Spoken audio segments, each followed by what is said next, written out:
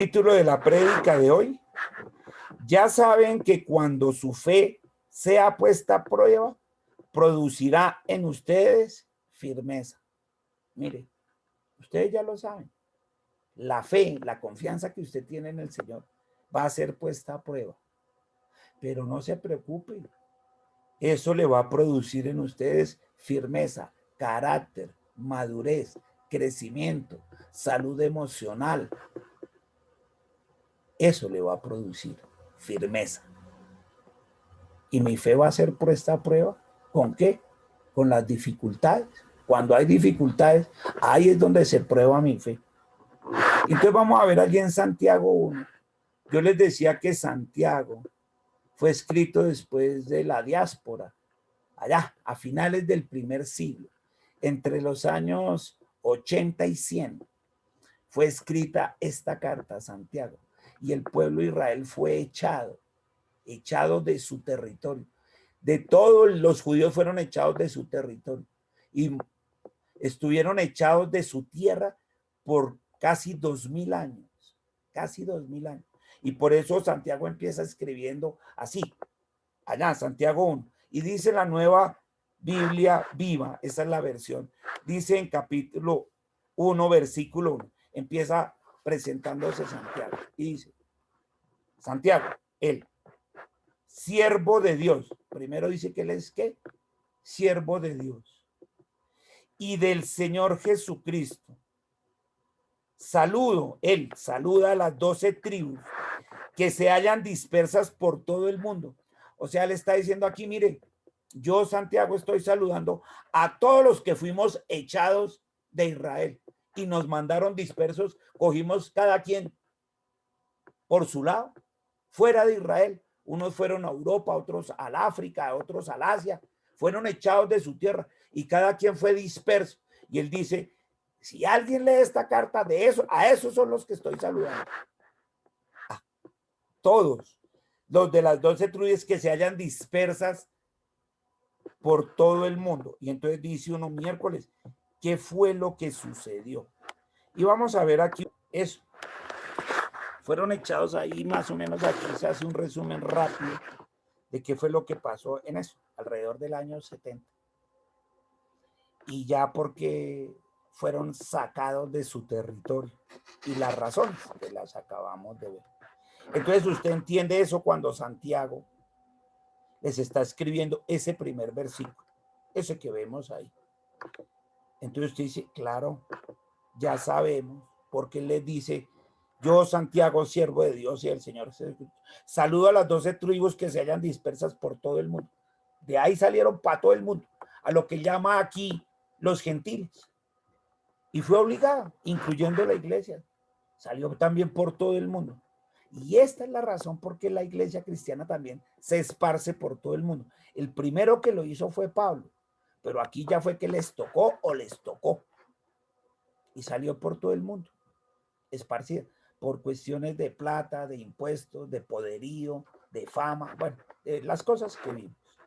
Entonces usted ya se pone allá, hágase el video usted, de que a usted lo sacan de aquí de Colombia, echado, fuera de su país, sin poderse llevar sus cosas. A muchos les tocó matarse, suicidarse, antes de caer en manos de él. No poder coger y hacer una maleta, nada. Salir como sea, pero salir por salvar su vida. Y así se la encontraban. O sea, no tenían techo, no tenían comida. Fuera de eso, incierto, no sabían para dónde iban. Los que no tenían familiares afuera, y de aquí para dónde cogemos. Tenaz. Y yo les decía ayer, esta gente la pasó peor que Pablo cuando estaba en la cárcel. O sea, si les gustó Filipenses y dice uno, uy, pobre Pablito estaba en la cárcel, estos estaban peor, porque estaban en esta situación, justamente en esa situación, dispersos. Y entiende usted el saludo de Santiago, diciéndole, los estoy saludando a todos ustedes, a los que están dispersos por allí. Y entonces empieza usted a entender los versículos que siguen en adelante, porque ya usted entró en el contexto, en qué están sintiendo ellos. Y entonces vienen los versículos Vamos a ver de 2 al 5. Y dice allí el Señor, a través de Santiago. Hermanos míos, y eso es para usted y para mí, que cree que estamos en unas dificultades tenaces. Las que tenemos no son nada comparables con las que estaba pasando esta gente, pero nada comparables. Sin embargo, Él nos habla también a nosotros, así como lo hacía Santiago y nos decía, hermanos míos, que les dé gran alegría cuando pasen por diferentes pruebas.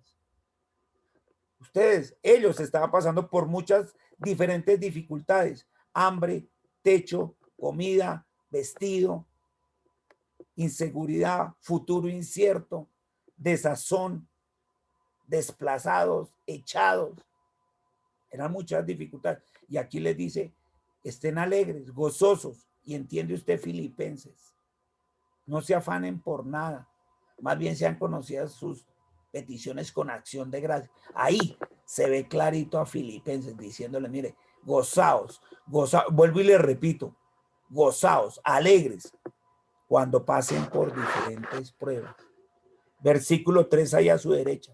Pues ya saben que cuando su fe sea puesta a prueba, producirá en ustedes firmeza, carácter. Y de ahí salió el título de la prédica. Pues ya saben que cuando uno está en muchas dificultades, como esta gente que estaba, pero en las tenaces, iba a ser probada su fe. Es decir, iba a ser probado qué tanto confía en Dios. Y aquí sí que les tocaba confiar en Dios o no. ¿Y para dónde más agarro? Confiar en Dios, tranquilo. Confía en Dios, les estaba diciendo acá. Van a probarles su fe. Dios va a probar su fe, pero eso les va a dar firmeza, madurez, carácter, porque va a ser prueba. Aquí hay muchas dificultades, pero tranquilo, al final de eso vamos a salir más firmes que nunca. Y entiende usted también versículos, porque todo lo puedo en Cristo que me fortalece. Y aquí sí que tocaba que todo lo creyera en Cristo que lo fortalece. Él es el que lo fortalecía, no ustedes en sus propias fuerzas, y menos esta pobre gente. Y ahora que en sus fuerzas no iban a poder hacer nada. Pero en la confianza en el Señor Jesús, en el Dios Todopoderoso, con el poder del Espíritu Santo, sí lo iban a lograr. Y esto era una realidad. Esto no es una historia ni es una leyenda. Y dice allá el versículo 4. Y cuando se desarrolle completamente la firmeza, es decir, usted se afirma en la fe, en la confianza en el Señor, serán perfectos y maduros, sin que les falte nada. Escuche, cuando su fe es probada por las dificultades y usted se mantiene firme en el Señor, en la confianza, creyéndole a Él, que lo va a sacar, Él les va a dar sin que les falte nada. Sin que le falte nada. Pero sin dudarlo, sin hacerlo. Pero dice ahí el quinto. Pero si alguno de ustedes, a alguno, aquí les estaba hablando a ellos y también nos hablan otros. Si a alguno de nosotros nos falta sabiduría, ¿a qué se está refiriendo? Nos falta esto, creerle a Dios que en medio de todas estas dificultades, como las que pasaba esa gente, Dios me iba a sacar adelante sin que me faltara nada. Y lo dudaba, o sea, no era sabio para creerle, no era sabio para confiar en Él. Entonces decía aquí, si a usted le falta eso, y a usted que está pasando allí por dificultades, le falta eso, como tener esa tranquilidad, esa seguridad que sobrepasa todo entendimiento, pues pídale a Dios. Ahí dice, pídale a Dios. Esa es su oración de hoy. Señor, dame esta firmeza, dame esta fe. Ayúdame a crecer mi medida de fe. En medio de estas dificultades yo me siento intranquilo, intranquila, como que no me hallo. Y así como esa gente que pasaba hambres, dificultades, pestes, cosas tenaces habían allá. Tener que salir así todo eso. Dámela, Señor. Dámela. Dame esta sabiduría para crecer mi medida de fe. Yo sé que en medio de estas dificultades tú estás probando mi fe y yo quiero confiar en ti. Tengo que tener la sabiduría de poner tu palabra en práctica. En medio de las dificultades, lo que yo debo hacer es poner tu palabra en práctica. Esa es la sabiduría. Pero a veces no sé cómo hacerlo y necesito que me ayudes. Eso, pídasela a Dios. Pídasela a Dios, que Él se la dará, dice su palabra. Él se la va a dar, porque Dios da a todos en abundancia, sin hacer ningún reproche. Entonces, en lugar de usted hacer reproches es que no veo la mano de Dios, es que Dios parece que se olvidó de mí. En lugar de estarlo reprochando, pídale a Dios esta sabiduría. No le haga ningún reproche. Tranquilo, que Él se la va a dar y se la va a dar en abundancia. En abundancia. Y ya vamos a ver de mañana en adelante, no dudando. Ay, ¿será que sí o será que no? No. Usted toma una determinación y usted se decide. Y dice, Señor, imagine cómo estaba esta gente. ¿Y cuál es la prueba? Pues la prueba es que la iglesia cristiana hoy en día es más grande que en esa época, en número, en cantidad y en madurez. Allá era la iglesia primitiva, naciente. Aquí ya la iglesia cristiana somos muchísimos, miles de millones de personas creyentes en el Señor. Y la prueba somos nosotros, que la iglesia se ha mantenido y ha pasado por dificultades tenaces.